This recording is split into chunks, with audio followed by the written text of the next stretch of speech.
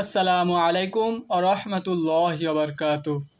বিসমিল্লাহির রহমানির রহিম। শুরু হচ্ছে দ্বিতীয় পর্ব, বিচিত্র আমাদের দেহ। মানুষের দেহ বিরাট একটি কারখানার মতো।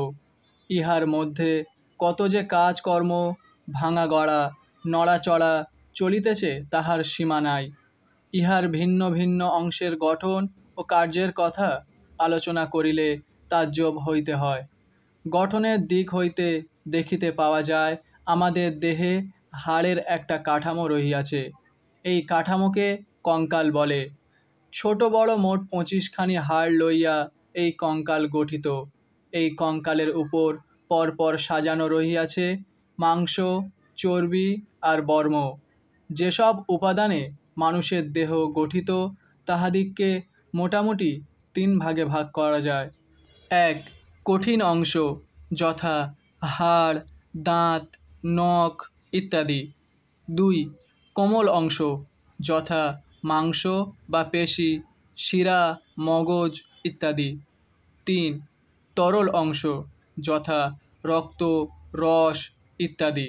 কার্যের দিক হইতে বিচার করিলে দেখা যায় মানুষের শরীর বহু যন্ত্রের সমাবেশ ছাড়া কিছু নয়। প্রধান প্রধান যন্ত্রগুলি হইতেছে পাকস্থলী, ফুসফুস, হৃৎপিণ্ড, মস্তিষ্ক, যকৃৎ, চোখ, কান, নাক ইত্যাদি। দেহের মধ্যে ছোট বড় বহু জটিল যন্ত্র থাকা সত্ত্বেও ইহার সব কাজে সুন্দর সঙ্গতি রহিয়াছে।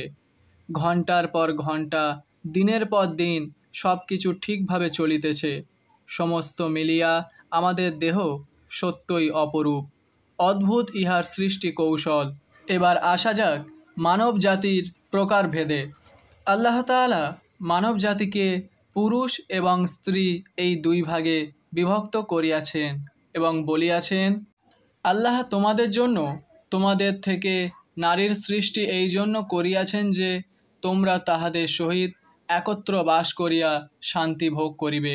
নারী জাতি তোমাদের পোশাক এবং তোমরাও তাহাদের পোশাক। অর্থাৎ পুরুষ ব্যতীত স্ত্রীলোক এবং স্ত্রীলোক ব্যতীত পুরুষলোক একাঙ্গহীন এবং তাহাদের জীবন দুঃখময়। মানব জীবন স্ত্রী ব্যতীত কখনো সুখময় ও শান্তিময় হইতে পারে না এবং মানব জীবনের উদ্দেশ্য সফল হয় না।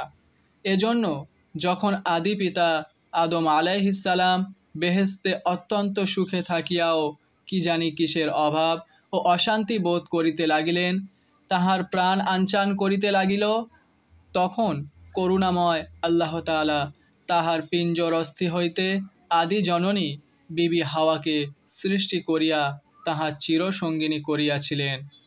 তাহার প্রাণে শান্তি আসিল, তাহার হৃদয় আনন্দে নাচিতে লাগিল।